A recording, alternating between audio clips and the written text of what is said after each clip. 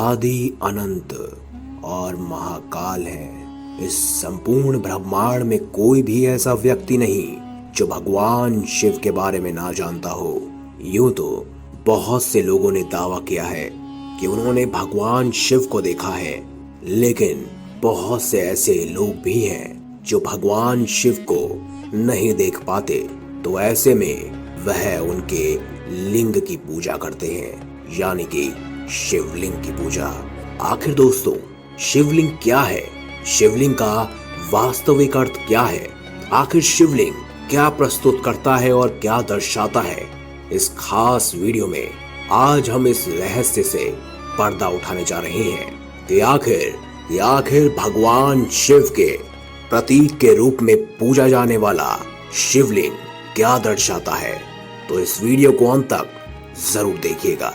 बहुत से लोगों ने शिवलिंग का गलत अर्थ बताकर लोगों को भ्रमित कर रखा है, लेकिन सबसे ज्यादा आश्चर्य वाली बात यह है कि इसमें विदेशी लोगों के साथ साथ कुछ अपने देश के लोग भी शामिल हैं। इन लोगों ने शिवलिंग का इतना गंदा मतलब निकाल रखा है कि हम उसको बताना भी महादेव का अपमान समझते हैं।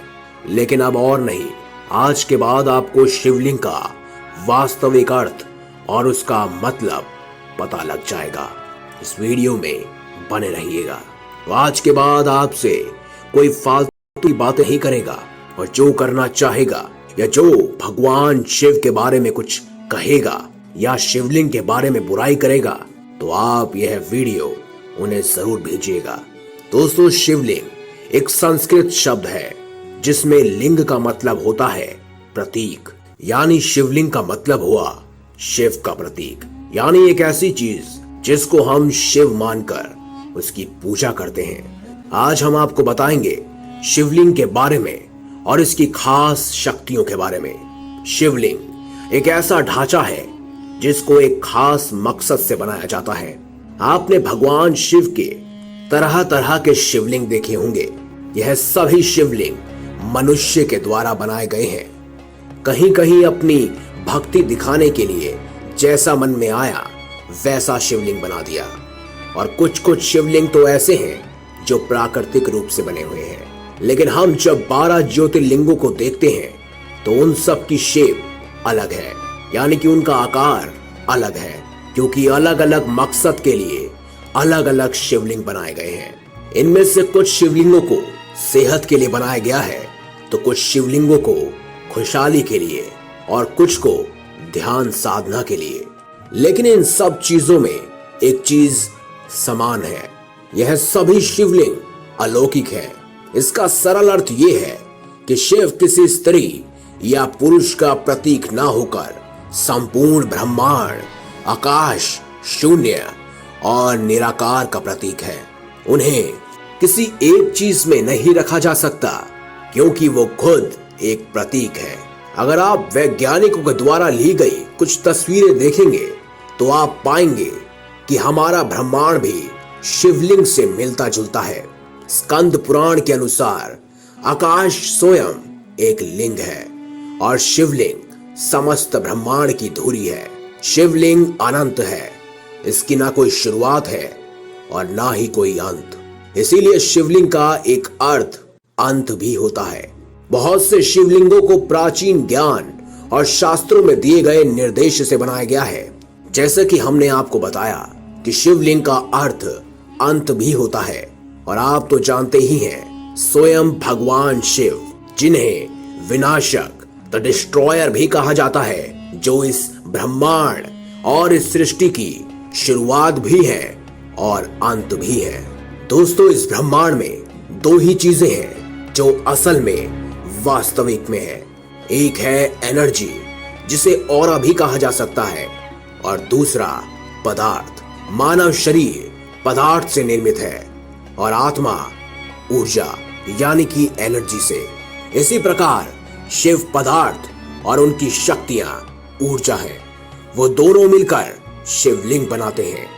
वास्तव में शिवलिंग हमारे ब्रह्मांड की आकृति है। शिवलिंग भगवान शिव और माता पार्वती का आदि अनादि रूप है, और पुरुष और प्रकृति की समानता का प्रतीक भी है। अर्थात इस प्रकृति में स्त्री और पुरुष दोनों का समान रूप से वर्चस्व है। किसी मूर्ख को आसान भाषा में समझाने के लिए आप ये बता सकते हैं कि शिवलिंग शिव का प्रतीक है, ना ही लिंग का। शिवलिंग से जुड़ी एक कहानी भी आपसे साझा करना चाहेंगे। ये सब तो आप जानते ही होंगे कि ब्रह्मा सृष्टि के रचयिता है और विष्णु पालनहार, और इस सृष्टि को संतुलित करने के लिए भगवान शिव है। ऐसे ही एक बार भगवान ब्रह्मा और विष्णु के बीच लड़ाई हो गई कि आखिर हम दोनों में से कौन बड़ा है, किसकी शक्तियां सबसे सर्वप्रिय हैं। दोनों आपस में बहस करने लगे। इतनी ही देर में एक आकाशवाणी हुई जिसमें कहा गया, एक खास काला पत्थर है जिसकी ऊंचाई या गहराई का अगर किसी ने भी अंदाजा लगाया तो वह सबसे बड़ा हो जाएगा। ऐसे में भगवान ब्रह्मा ने जैसे ही सुना वह आकाश की तरफ रुख करने लगे ताकि उसका अंतिम छोर ढूंढ सके। वही भगवान विष्णु उनकी जड़ की तरफ बढ़े, क्योंकि उन्हें पता था कि किसी पौधे की भांति इस शिवलिंग की भी कोई जड़ होगी। वह दोनों लगातार उस काले पत्थर की जड़ और अंतिम सीमा को ढूंढने के लिए बढ़ते ही रहे, और जब वह हार कर हताश हो गए तब फिर एक आकाशवाणी हुई जिसमें बताया गया कि अगर आप दोनों इसे ढूंढने में असमर्थ हैं, यानी आप सर्वशक्तिमान नहीं हैं। और उसी समय प्रकट हुए भगवान शिव, जो उस काले पत्थर के रूप में उनके सामने थे।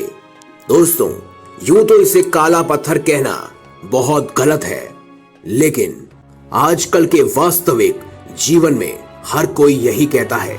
जो नास्तिक है वो भी यही कहता है कि यह मात्र काला पत्थर है, लेकिन किसी को नहीं पता कि यह काला पत्थर नहीं बल्कि शिव का प्रतीक शिवलिंग है, जिसके अंतिम छोर को ढूंढने में भगवान विष्णु और ब्रह्मा भी परेशान हो गए थे। तो दोस्तों, यही है शिवलिंग का वास्तविक अर्थ, यानी कि शिव का प्रतीक।